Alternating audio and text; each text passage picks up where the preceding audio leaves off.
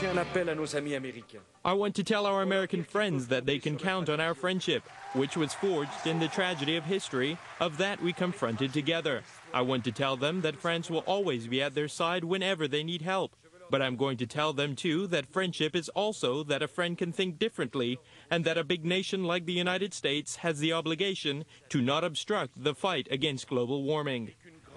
All right, Americans, you got a new friend in the Élysée Palace in France, Nicolas Sarkozy, who says, well, you just heard what he says about it. It is not easy, always in France, to be unabashedly pro-American, which he is. So what about this man? What difference will he make, and why did he win?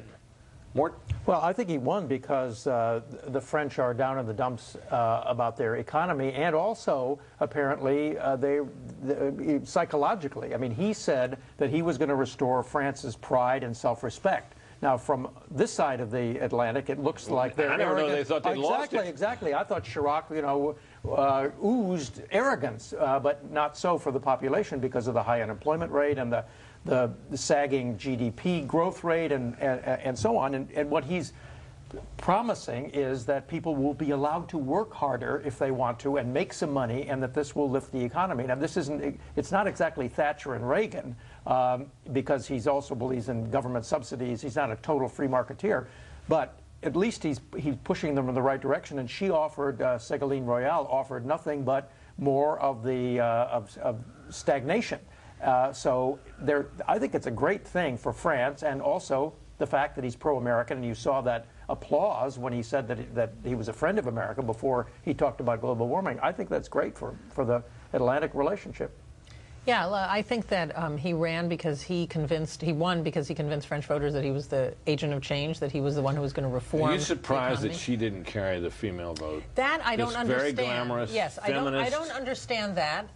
Although she didn't do any worse than Lionel Jospin had done when he ran the last time. But yeah, why she didn't carry the female vote, I don't quite understand that. I would expect if there was male chauvinism in France, it would have been the opposite, that she wouldn't have done well among men. But she apparently did better than even she had expected. You know, she didn't even have the support of her own party. The leaders of her own party were constantly undercutting her. But yeah, I don't understand why she didn't carry the female vote, and I think I'm interested. And it was a decisive win, though, what, 53-47? Yeah. Oh, it was clearly decisive, yeah. And she lost because she offered nothing new except the old socialism for a country that's become the sick man of Europe. Germany has cut taxes, economy is strong, and the French are lagging in every respect. That's why Sarkozy offered something that was attractive. What's really interesting is how in his acceptance speech he went out of his way to talk about America and friendship, which he didn't have to do, which is not that popular in his country. But he did it because he made it. Now, he threw a bone to the left by mentioning global warming, and you don't want us to obstruct, but that's not what's important. What we need the French on is Iran and Iraq. We need them on Hezbollah and Lebanon. We need them on Russia and the missile defenses, and we need them on Hamas and Palestine on these issues. Do we have a sense of where he is on that basket of issues? We don't know precisely, but we know his sympathies are with America. He's actually pro-Israeli, amazingly so. He said so openly. Netanyahu has claimed him as a friend. I mean, this is a new kind of French policy.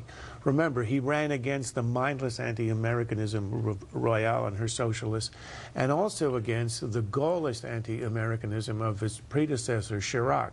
Does this election in any sense a rebuke to those who have claimed that this administration or this country through this administration has alienated traditional friends? Well, it seems like an odd development to have somebody who's sort of openly pro-American elected. Well, he didn't run on a I mean, he ran openly on pro-American. But it wasn't the main issue in the election. No, France is still against the war in Iraq. Absolutely. Well, look, it was an election run on domestic issues. But look, in Germany, Merkel, who's more pro-American, defeated Schroeder, who played the anti-American card all the time. To the hilt, yeah. The British are still pro-American. The whole gravity, the whole center of gravity in the EU, with France shifting from the Gaullist anti-Americanism to at least the neutrality of Sarkozy, is going to have a huge effect on how Europe works with us. It's going to have a huge effect on our success in the world. I think the most important thing is on Iran policy.